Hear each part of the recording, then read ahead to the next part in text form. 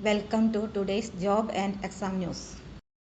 Vision Varkala Infrastructure Development Corporation Limited has invited application for the post of Managing Director. Eligible candidates can apply online through the website https://kpesrb.kerala.gov.in. The registration process started on October 29 and will end on November 30, 2024. Pay scale as fixed by government from time to time.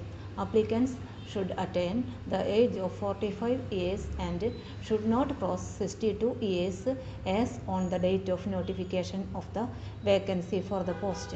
Qualification: graduation from a recognized university with MBA in Project Management, Finance, Marketing, Operation Management obtained through regular studies from a recognized university.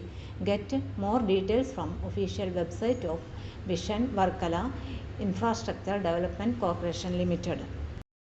For more latest news, career, job, exam, question papers, notes and study materials, visit the website https://studyforsure.com. Thank you.